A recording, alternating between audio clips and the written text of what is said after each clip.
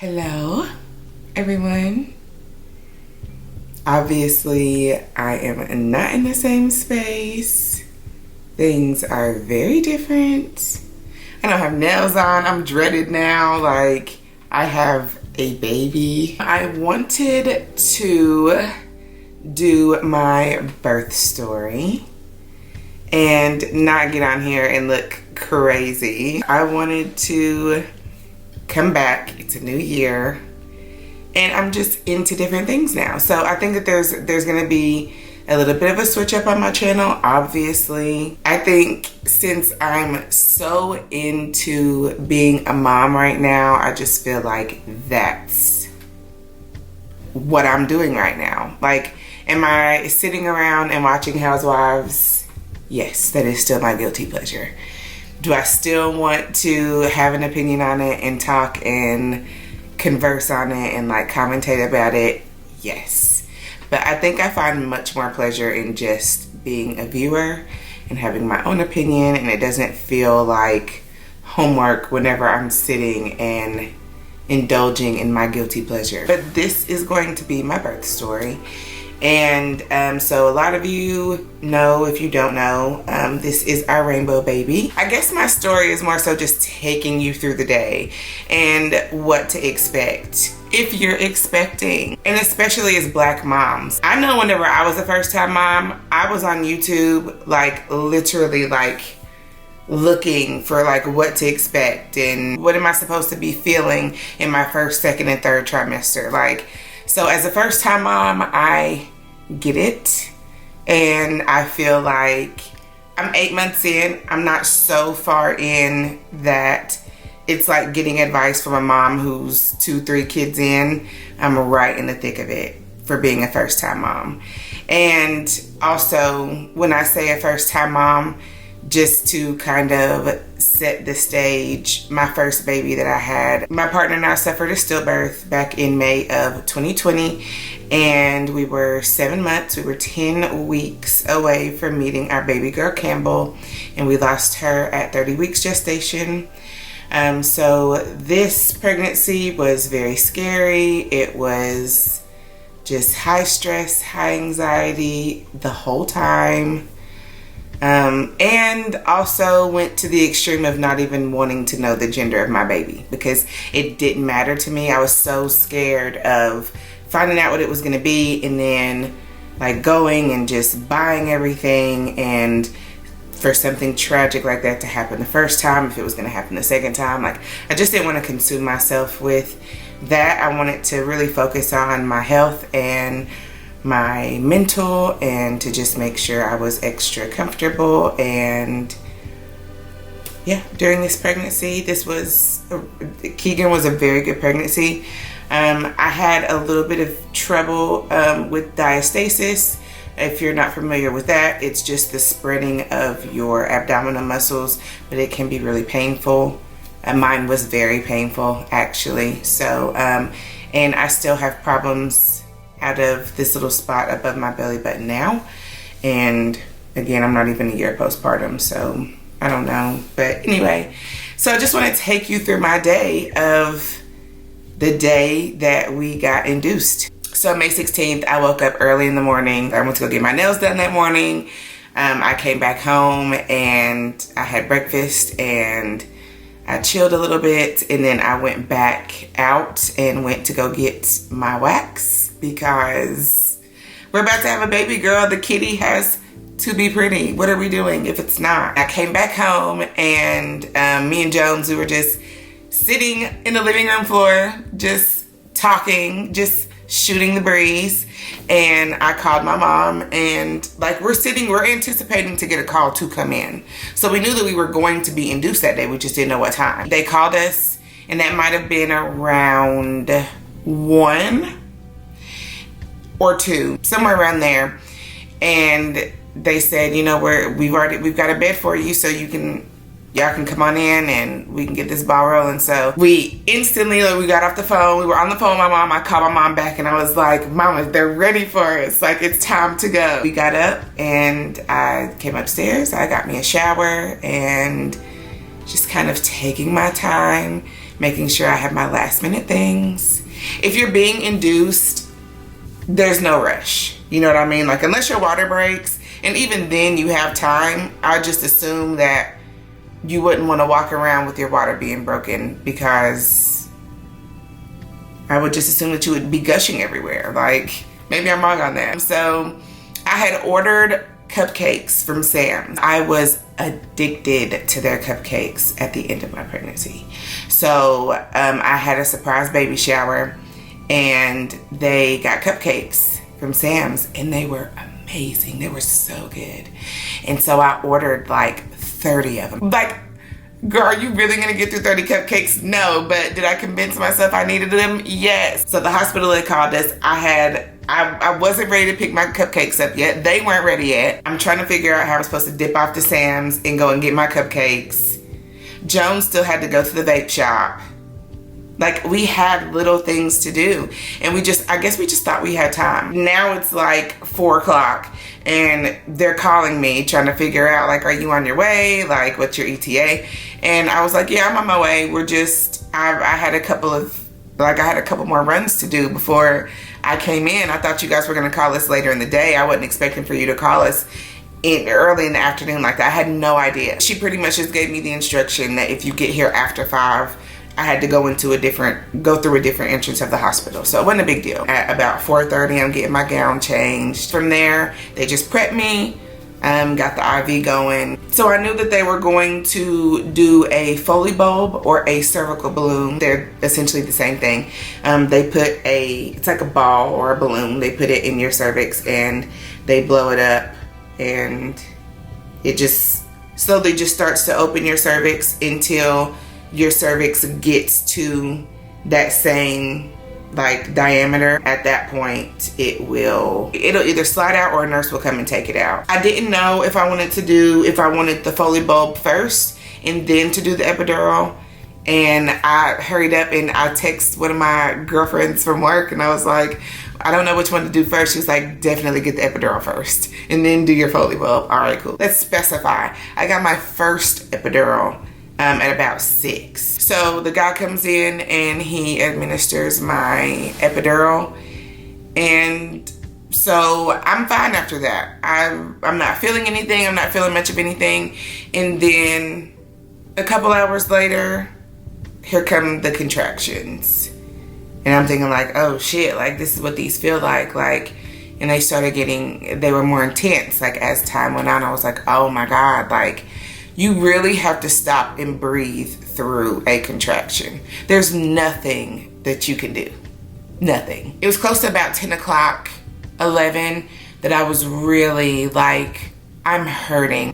Y'all just gave me an epidural 3 or 4 hours ago and I'm hurting. Like, what's up? I couldn't get comfortable, but the contractions were just so intense. At one point, I was able to kind of sleep through them, and I was getting like a good hour, 2 hours of sleep, like just resting, like just napping. And then those bad boys started turning up. No, absolutely not. And I had told my nurse, and she gave me another dose in my line for my epidural. Wasn't doing anything. So finally, the anesthesiologist came in to replace my epidural. The first one failed, so they administered the second one somewhere around 11. I think that was, if my timeline is right, somewhere around 11. The night goes on, my mom comes, and she gets there. I think my mom gets there at like 7 or something like that, and she stays until about 9 or 10. And I call her and I tell her, like, Mom, I'm hurting. Like, this is right before they replaced the first epidural. And I'm calling her and I'm like, I'm really hurting. I'm really in a lot of pain. And she said, well, I'm coming back. I feel like I'm going to miss something. And again, that was at like 11 something. So close to midnight at this point. So I'm able to get some rest. I ended up having a few issues. She wasn't doing well with me laying on my left side.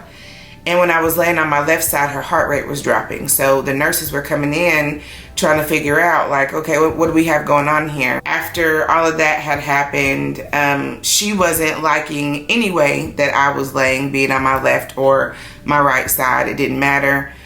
So the nurse kept coming in and was like, there's just something going on. She's not liking, or she didn't say she, because at this point we still don't know what we're having. They were just like, the baby is not, they're not liking something that you've got going on. So they asked my permission to put it's like an antenna, I guess. They stick a heart monitor through your cervix to the baby's head, and they insert it in the top of her head, and it's a heart rate. I was able to kind of get some sleep. It was like 2 or 3, and I had texted my mom, and I was like, I'm about to book you a room, because we were close to UT campus, and they've got like newer hotels and stuff out there. And I was like, it's late, let me book you a room. And she was like, no. She said, I'm down here in the visitors room. Nobody's down here with me. So, I'm fine. Don't worry about it. And so she had come back in the room at like 5 or 6, 7 o'clock hour, things heated up. I was in so much pain. So my mom comes back in the room, and I told her at like 3, whenever we were texting, and I was telling you about the hotel room, I was measuring at a 7. So it was slow. Like, that was a slow process. They induced me 6 p.m., like just the afternoon before. The pain is just getting more intense and more intense. And I'm telling my nurse, like, I'm hurting. I'm really hurting. Something's wrong. I'm feeling this. And at this time, something is wrong. And I remember looking at the clock. The clock was back behind me, and it was like 7:50. And I was like, oh my God, because my doctor wasn't going to be clocking in until 8 o'clock. But I was in so much fucking pain. I'm screaming, I'm moaning, like all of that in just pain. My mom bolted to the door and said, get somebody in here right now. She's told y'all she's hurting. Get somebody in here. So here come the nurses. It's 2 or 3 nurses. And I'm just crying. I'm just bawling. The nurse lifts my leg, checks my cervix, and Keegan is crowning. She's crowned. She's already at the tip of my vagina. They see head, they feel head. She's moving down. So I'm feeling this. I'm crying. My doctor comes in. He busts through the door and saves my day. This was my absolute favorite doctor. Now, mind you, I was high risk this pregnancy. I'll use his name, Dr. Rusis. He is incredible. He's so good, y'all. He was so good. And he took so much care of me throughout my pregnancy. My baby was waiting for him to come and deliver her, because it's 8 o'clock at this point. She's crowning. They're getting me prepped. They're moving around. As anybody knows, there's a lot of moving parts when you're about to give birth, especially if it's abrupt like that. I can feel this. I'm crying. Like, I'm just trying to explain in the best way that I can through all my tears that, like, I'm hurting and I feel everything. He was thinking that I was just feeling pressure. So he pinches one of my lips and he was like, what do you feel me doing right now? And I said, you're pinching me. I know exactly what you're doing because I feel that. And I have feeling down there. And this was my second epidural that I just got a few hours ago. Well, several hours ago at that point. But still, that's not supposed to wear off. I'm supposed to not feel anything. What else can you do at that point? There's no replacing an epidural for a third time at that point. My baby is crowning. Her head is in between my legs. She's ready to go. What else can you do besides push? Nothing. So I had 2 failed epidurals. I completely felt having my daughter. I pushed and I pushed. I pushed maybe 5 times through the crying and the screaming. I just remember my doctor telling me, like, Kristen, you're gonna have to, like, look at me. You're gonna have to calm down. You're gonna have to calm down. I need you to breathe and I need you to push. She's right here. I just need you to push. So they put the vacuum on her head, and I guess as I pushed, he plunged her out which he did most of the work really, because I feel that. And you're telling me to push the fuck? I'm not pushing anything. This hurts. What are you talking about? Push. And the more I push, the more I hurt. I'm not pushing. So my push where it's supposed to be that, it was at last push, I pushed, he pulled, and I felt her body just come at me. They held her up, said, "It's a girl. You got a girl." They wiped her off. They put her on my chest. The rest is history. I could feel my doctor sewing me up. I didn't feel a lot because at that point, I think they had done something with my epidural. I don't know what they did. I don't know if they put like I don't know if they did more through my line or not. I can't really remember. I just remember initially feeling him starting to stitch me up, and then I didn't feel anything after that. But there were no tears. I didn't require anything more than maybe a couple stitches, and that was it. I had 2 failed epidurals, y'all. I'd bring her in here. She's not here. She's at her GG's right now. We're about to go and get her. So, hi. Hi. And look who's up. Say hi. You wake up from a nappy? Oh. Hey. You see what's up here? Look at the camera. Say hi. Hey. Yeah.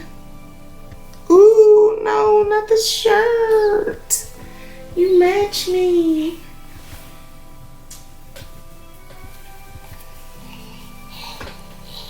This is Keegan. Leave your hair alone. Keegly. Don't what me. Leave your hair alone. Thank you. That's it. Say hi, my baby. If you like this video, please give it a thumbs up. Don't forget to comment, share, and subscribe. And until the next one, I'll see you all then.